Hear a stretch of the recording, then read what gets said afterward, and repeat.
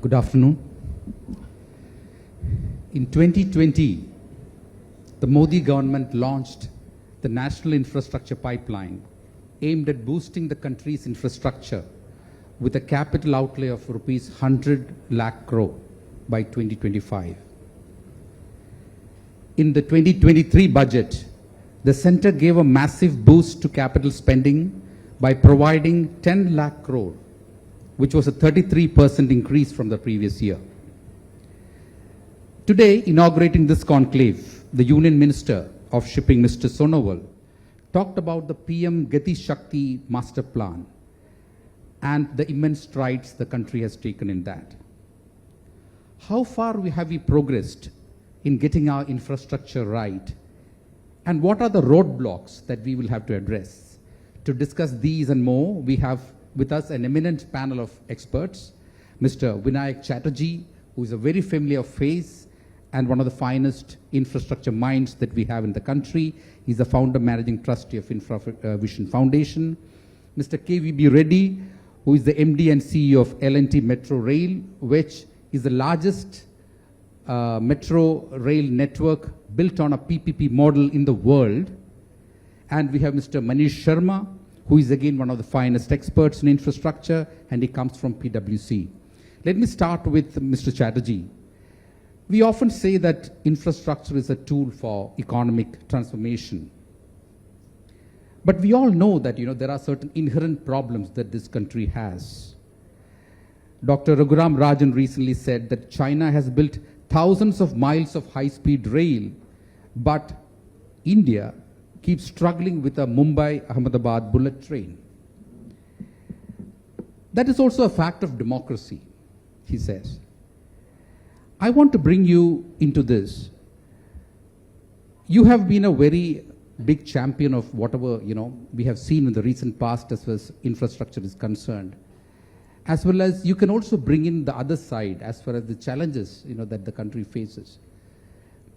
Could we have some opening remarks from you as to where we have reached and what are the major challenges that we have to face? Thank you. Thank you, Arun. This is working.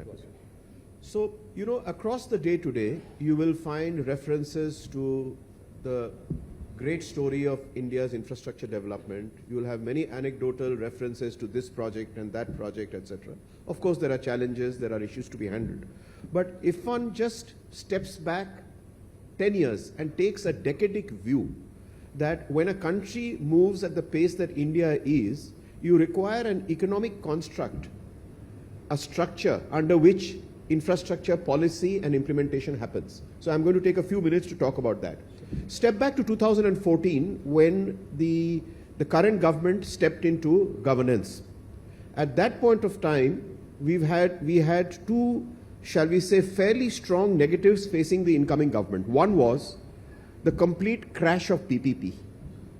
PPP had crashed and no private sector, domestic or international boards of any companies were willing to put in any further money into PPP or balance sheet money into Indian infrastructure projects. So the incoming government in 2014 was faced with this rather stark reality, whereas the last 5-year plan was almost positing that 40% of the country's infrastructure will be built by private capital. So suddenly 40% disappears. There's no PPP. Secondly, you have a stack of almost close to 20 lakh crores of NPAs. You touch an infra project, whether it was roads or power, and you will find an NPA. And in the last 2 years of the NDA government, they had to set up a special cell under an IAS officer called Mr. Anil Swarup to actually start rectifying and recovering those NPAs. And he did succeed in bringing it down from 20 lakh crores to about 12-13 lakh crores. So this government took a very, very strong stand, and that's what I want to tell you, that very early in the game, the Prime Minister, Mr. Gadkari, Mr. Piyush Goyal, who at that time was looking after power, all the ministers who were looking after infra got together and they said, we can't rely on PPP anymore. But the country has to move forward and we have to develop, we have to spur growth. So we will go for EPC. And that was the governing mantra, saying PPP revival will take time, and Manish and others will tell you that it is still taking time. So we will go for EPC route. And that mantra they have stuck to. But large portion of this country's infrastructure has been built by EPC. Second is, and this is something which I want to compliment India Today, and Raj has just walked out, but you were present. After the last budget, after the evening of the budget, India Today had that round table with the heads of the finance secretaries and the people who made the budget. You were there, Raj was there. I remember sitting in the audience, we were giving our comments. And a very significant comment was made by the senior most bureaucrat in the finance ministry. He said that they had a confidential report. He did not name who wrote the report or what it was, but he did mention, and it's in your records, that the government had found out that 1 rupee spent on infrastructure resulted in 3 rupees of GDP, whereas 1 rupee spent on direct benefit transfer resulted in 90 paisa of GDP. So the maths is very clear. Where do you get the bang for the buck is very clear, and the government then has stuck to that rule of pumping in big money in public expenditure under that mantra that 1 rupee spent leads to 3 rupees of GDP, whereas they have done direct benefit transfers also with the full realization that 1 rupee spent and direct benefit transfers leads to 90 paisa of GDP growth. So the maths was very clear, the format was very clear. EPC and pump big money into public expenditure. And was this done? The answer is yes. This was done with, as was mentioned in the opening comments, on a very consistent 30 to 35% increase in central government budgetary outlays year after year after year.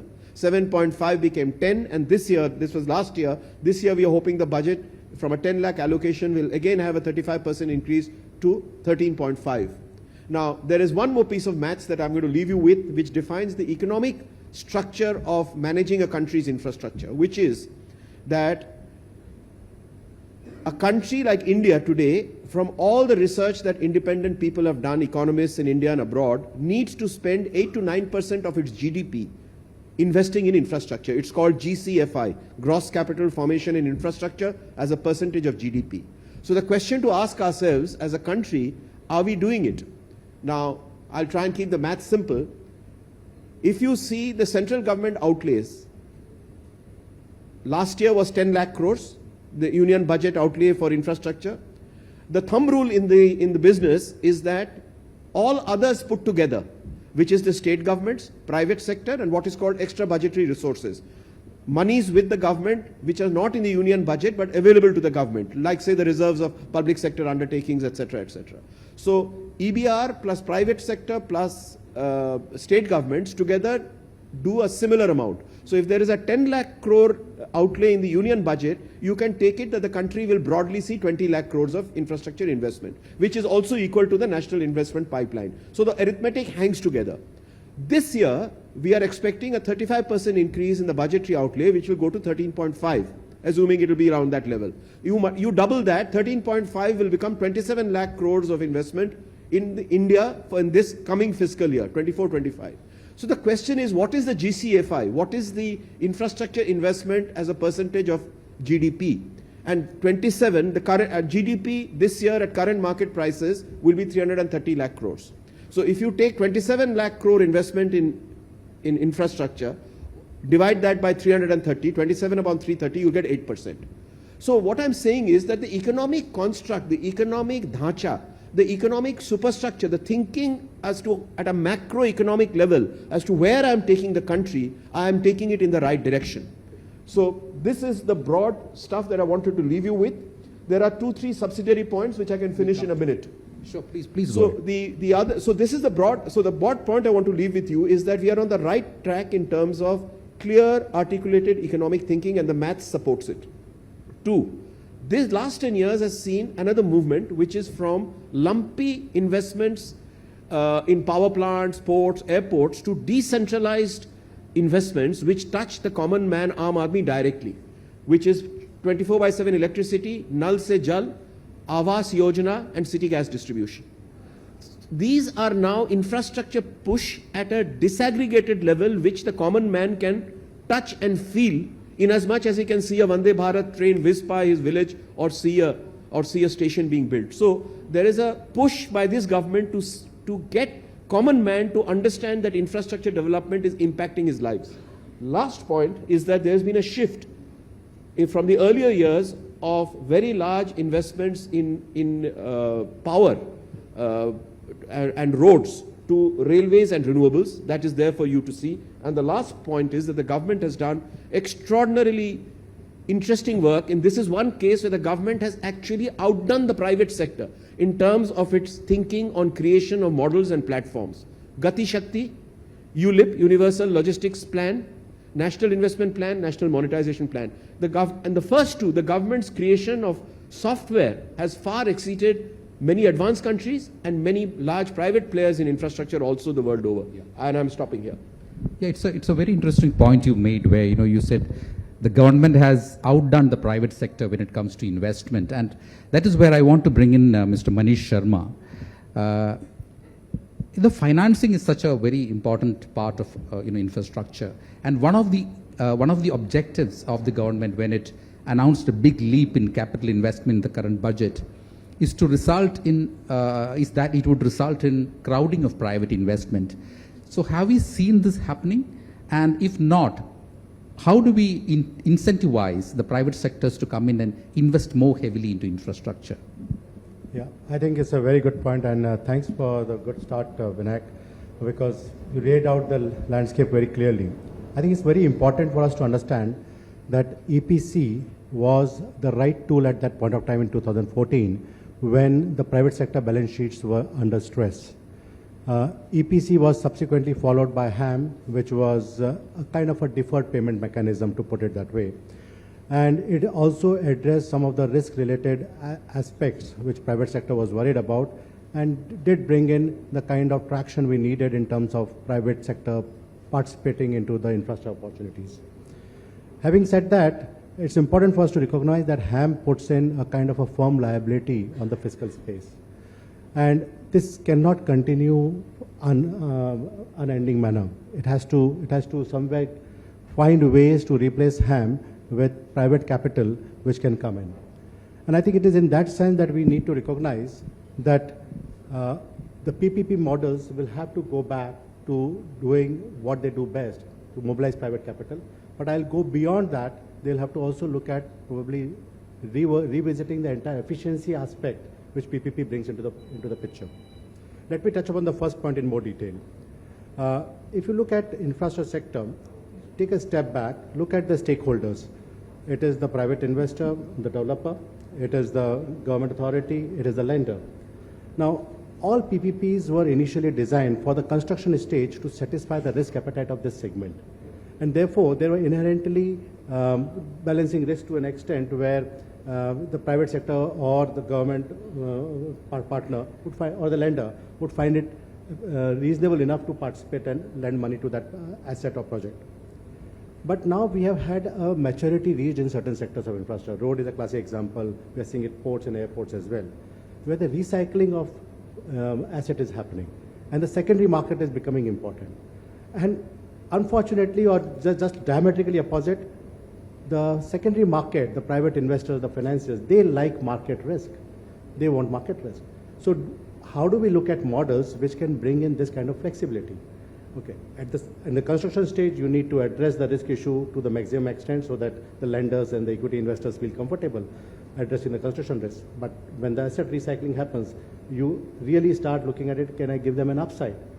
So I think we need to think of models, and examples could be models which have a downside cap and an upside sharing of benefits with the government.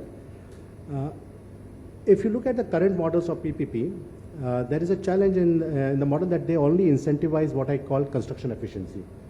Okay, there is no efficiency around design or performance being incentivized by the PPPs. What do we mean by construction efficiency? The process will run for probably a few months, 2 to 4 months. Okay, 30 to 45 days of time given to any bidder to come up with a design. So they'll typically go by the government's own design. That really does not bring the private sector play in terms of optimizing designs. What the private sector does is, after the bid has been awarded, it will probably optimize design to bid. But that benefit goes to private sector, does not go to the government. If the government gave more time in the bid stage, then the private sector could probably look at optimizing designs. What private sector does today is to optimize on the supply chain. So if you have access to quarry, if you have access to materials, that's where you are bringing in the efficiency in the current set of PPP HAM projects. But you need to really take that beyond And that's where the concept of road as a service, I'm just using road as an example, road as a service starts coming in. Why is it important? Because outputs-based mechanisms is what we need to really start thinking about from a future perspective. Output-based mechanisms will bring in a lot of capacity from private sector to think innovatively on the revenue side of the asset. For example, today they are only doing asset management, asset maintenance after they have constructed it.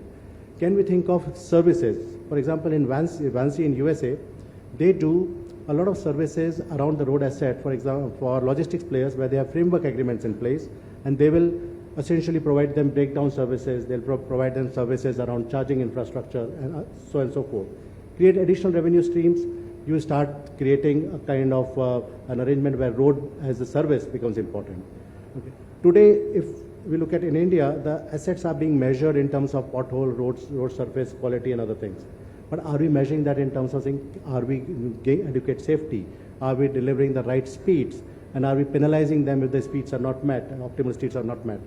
So I think there is a paradigm shift which will have to happen on PPPs. One, to bring private sector, both from a primary capital provider, which is the developer, lender, and the secondary capital provider, which is after the recycling happens, who needs an upside. And secondly, change the character of the PPPs also as we go forward in future. Okay. We can't continue the same set of PPPs as they stand today. So that is wonderful. In fact, we can come and discuss some of the innovative models that you have mentioned, which will improve, the PPPs going ahead. But we also have one of the finest examples of a working model of PPP in the Hyderabad Metro, which is one of the largest in the world. And I think there's nobody better than Mr. Reddy here, who can explain to us, what has been your experience in, going ahead with the PPP model, as well as what have been the hurdles and, how you sort of came around it. If you can give a, gist of that. Yeah. Thank you, Arun. As Mr. Vinayak and Manish have already explained, PPP, when we started at the time of 2010, and it was a gung-ho. I think everybody wants to come in PPP models and other things. I think by the time this new government has come, I think PPP has completely washed out. And I come from L&T. I think all of you know this is a national builder. Completely EPC projects maximum we are doing. This is the only investment L&T has done. Almost total capital outlay of 20,000 crores in Hyderabad Metro. And there were delays in execution also. I'll come to that separately. PPP model as such, I think in 2010 we acquired this asset, bid and did this. And we were quite confident we will do that. But later on, I think Mr. Manish was also involved in this project, and so many hurdles, state division, the land acquisition process, and political will going in and out, and it's almost 3 years delay happened at the beginning itself. We have not even started, and there was delay in financial closure also, whether this project will take off or not. So that's how these problems are one after the other things happening, and finally somehow I think the political will has come back, and the realignment was held back almost 2 years. And still I can tell you it's almost 72 kilometers was awarded. We are at 69 kilometers, 4 to 5 kilometers in the whole city. Even till date, the land acquisition could not be completed. In the PPP model, the state government's responsibility was to acquire the land and free of encumbrances and give it to us, and which is still not complete. So we have completed 69.2 kilometers and declared the project is fully commissioned. And the other problems what I see, especially the PPP's failure, is compared to a complete EPC funded by government. Let me talk about the metros alone. I think there are currently about 20 metros are operating in India, Delhi Metro being the largest, about 390 kilometers. Next to that is Hyderabad Metro, only 70 kilometers, and followed by Bangalore and Chennai. And these metros in the early 2010s, almost 5 projects were awarded on PPP mode. So currently there are only 2 working. The remaining 3 were taken back by government metros, and they're operating. Gurgaon Metro and all those things are the live examples. The airport metro, Delhi, it's also taken back by DMRC, because there are inherent problems and the financing of these projects. When a PPP player, private player goes and does the financing, we are getting at almost 10 to 11% in 2011-12. Today it is around 9.5%. Whereas the government metros are getting at close to JICA and other funding is at sub 2%. There is a because all these projects are very highly capital intensive projects, they should have some kind of a mechanism where PPP projects should also get the similar benefit. Adding to that, what Manish said, the efficiencies are definitely there in a private this thing. If I can compare, and I don't want to boast myself, we are the most efficient metro operated in India. Cost per kilometer, cost per passenger, the transportation cost, we are the best in India out of the 20 metros that are operating. Almost 900 kilometers are currently operational, and another 1,000 kilometers government is very much supporting the metros, because it's a success. Delhi Metro is a successful model, and the huge amount of the road traffic has come down. And I want to say one more point is the urban infrastructure is very, very essential, as all of us know. The cities are becoming the economic growth centers. So the urban infrastructure, especially service sector, taking over many of the manufacturing sectors. I'll give a typical example of Hyderabad. Pre-COVID, we were about almost, the service sector was about 7.5 lakh people were working in Hyderabad in the IT, ITES sectors. And today almost 15 lakh people are working in the IT, ITES sector. In spite of the COVID also, that is the rate of the growth, phenomenal growth that is happening. So this entire service sector needs a lot of housing, connectivity, and first mile, last mile connectivity. I was discussing with Manish also before. And these the integration of the multimodal connectivity is extremely essential to make this urban infrastructure successful. Just building the metros and roads, flyovers is not enough. This integration, a common urban mobility authority has to be created, which should be given the teeth to take the decisions. Like road transport, they feel that they are competitor to metro, and they compete with us, and they are very cheap fully subsidized. They keep making losses, but political will is not there. These are some of the things I think a government should put in place. Of course, UMTA and all those things are put in place, but I think they should be given enough to integrate all these systems so that the urban infrastructure will become successful, and where cities can grow more faster, spread across 360 degrees, and which can really become a growth engines for the Indian economic infrastructure. Yeah. Just to add to what Mr. Reddy is saying, and I just shared this with Mr. Vinayak Chatterjee as well as Mr. Reddy also before this conversation. Metro is a classic example where you should not attend PPPs.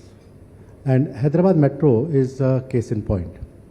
When the project was bid out in 2009-10, and let me take a step back, any metro project's financial feasibility, if you look at, which is prepared at a DPR stage, it will not give you more than 3 to 7% financial rate of return. So what do? If you want to make it a PPP, you have to take the financial rate of return above your borrowing or average cost of capital. You add something as a sweetener. You add real estate as a sweetener. And 1.8 million square feet was the real estate added for Hyderabad. But we often forget that the project, when it comes up, will raise the value of real estate. The real estate upfront will not support project in its financing. It is still discounted. So that real estate is not a financing support. It can be an operational shortfall support, but it can't be a financing support upfront for the project. So I think we need to recognize that PPPs, you can't put the cart before the horse and try and see that we bundle real estate into the PPP. As a consequence, what happened? The lenders who are very comfortable with an infrastructure risk and will look at a 9% kind of a borrowing lending rate, suddenly see real estate being a larger part of the portfolio of your revenue, and will start looking at it as a real estate project and not as an infrastructure project. And that's the mistake we end up making when designing PPPs. Good point. Mr. Chatterjee, you had a few more points on the PPP model. You know, any infrastructure conclave by anybody on infra, ultimately there will be a discussion on PPP. Yeah. And I think it is rightfully so. The interesting point is that nobody disputes the fact that at micro levels, PPP brings in all kinds of benefits. Efficiencies of capital, of design, of various kinds of operation, etc. But raise the level of thinking to a national economic policy level and ask yourself the question, why was the UPA government and pushing the NDA government from the late 90s pushing PPP so hard? There was a reason, and that reason still exists. The reason is that if you can get private capital to come into sectors of infrastructure where there is the principle of user pay fees, then you release that much capital to sectors where private capital does not go. Now, today, our union budget has allocated 10 lakh crores for infrastructure development, core infra. 3 years from now, believe me, at the rate of 30%, you will cross 20 lakh crores. So 20 lakh crores will go into core infrastructure areas. If PPP had happened and if PPP had hit the 50% mark, then instead of the government putting 20 lakh crores into core infra, it could have spent only 10 lakh crores and private capital could have come in with a balanced 10. But that's not happening now in the EPC mode. With the sectors that are crying out for capital today are education, health, nutrition, social sectors, where private capital cannot normally earn a return on capital, are crying out for public expenditure. But that public expenditure is going into core infra area where large tracts of it are amenable to collecting private user pay charges. So the point is PPP has to come back, and I'm going to ask India Today, when you do your advocacy after this conclave is over, please remember 2 points: that the current government, the current UPA government, is fully cognizant of this broad economic truth, right? That capital has to be diverted into social sectors today in hopefully many, many interesting PPP formats for district hospitals, for schools, for water, etc. The first budget, July 2014, Mr. Arun Jaitley's first budget, had a landmark paragraph that people have forgotten.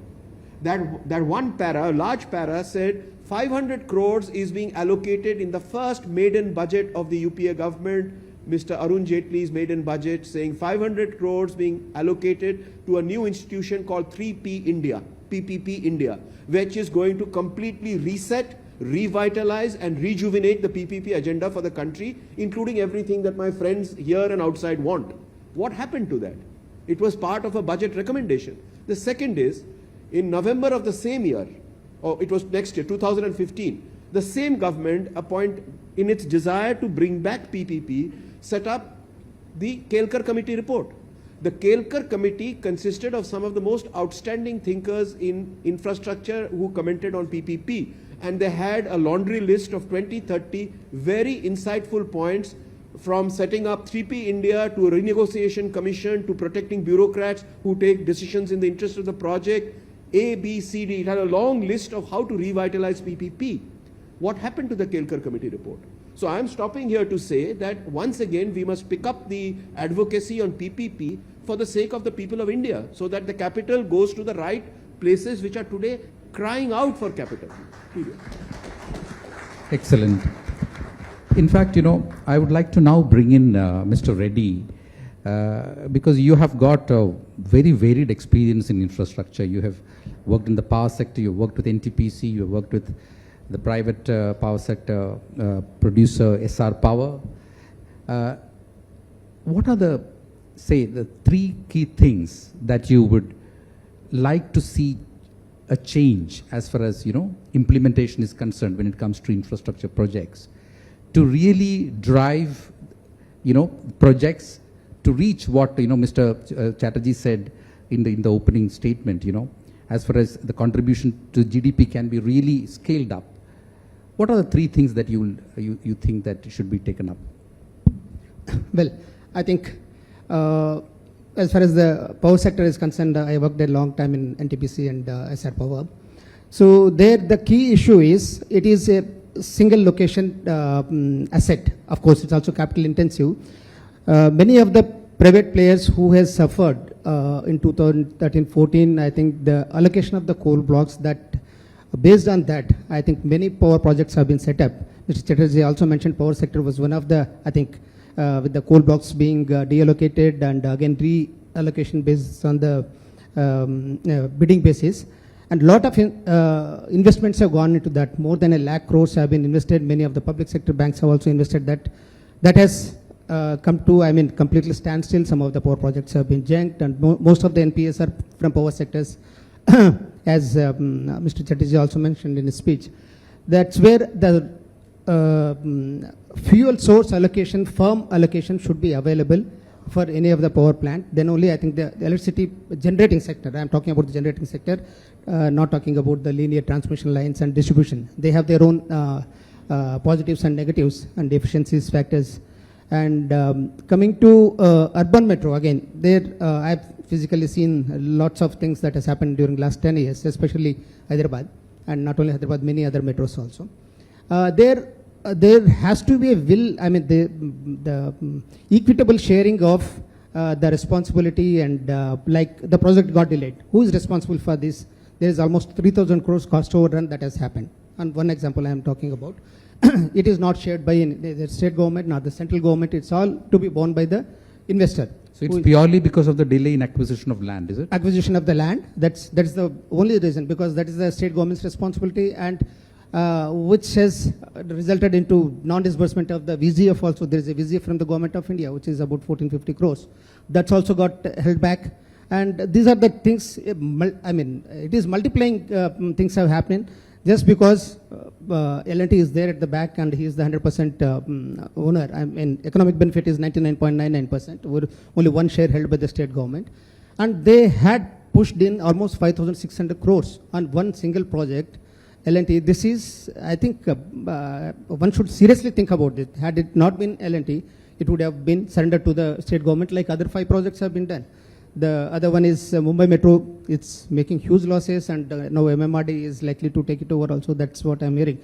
These are the couple of things. I think it has to be equitable. One first point I already mentioned, that the PPP projects and the government projects should have a similar kind of the support from the government of India, with giving the sovereign guarantees for getting external loans, wherein I think that will also ease out, like Mr. Vinayak has mentioned. These are the 3 points I would like to make. Mr. Sharma? I agree with what he's saying. At the same time, I think we need to really expand in terms of saying, say, cost of financing, which he talked about. Can we look at other sources? And there has been a lot of discussions recently around additional sources like blended finance. Can we look at leveraging the balance sheet of MDBs, not for the purpose of only lending to a project as a core investor, but to make the risk profile of the other investors much more effective? Now, blended finance can come in, if you look at it, there are 3 classes of investors: government, multilateral development banks, philanthropic funds, who have a higher risk appetite, naturally. But commercial investors, lenders, they will have a much lesser risk appetite. And therefore, you need to look at sources where, number one, you can blend it with the conventional project finance. And the sources could be the philanthropic funds, the ESG funds, the climate funds, which are all available in abundance at a much lower rate. But then you'll have to do certain things with your projects as well. You'll have to look at saying, can I generate some source of revenue?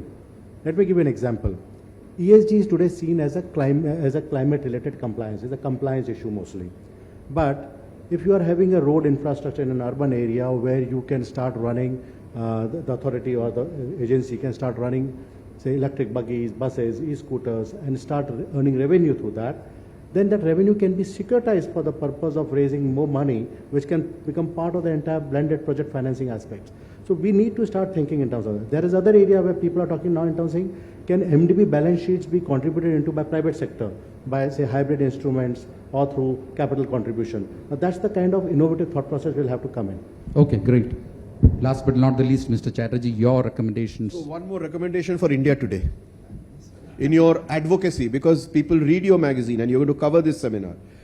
Over the years, the government of India has created a set of institutions for rejuvenating thinking in the infrastructure sector, not just about financing, but development, PPP, etc. The first one was ILFS in the early 90s. It had 1/3 private investment and 2/3 Sarkari, central bank and UTI. Then came IDFC, which has today become a commercial bank. Then came IIFCL, Indian Infrastructure Finance Company, which has become a plain vanilla lender. Then came NIIF, which is supposed to be, mimicking a sovereign fund, National Investment Fund. That's kind of currently headless, and it's kind of, the popular perception is that it's kind of still searching for its mandate. And most recently, we have created NABFID, National Bank for Financing Infrastructure and Development, which has a big D in its name. D means development.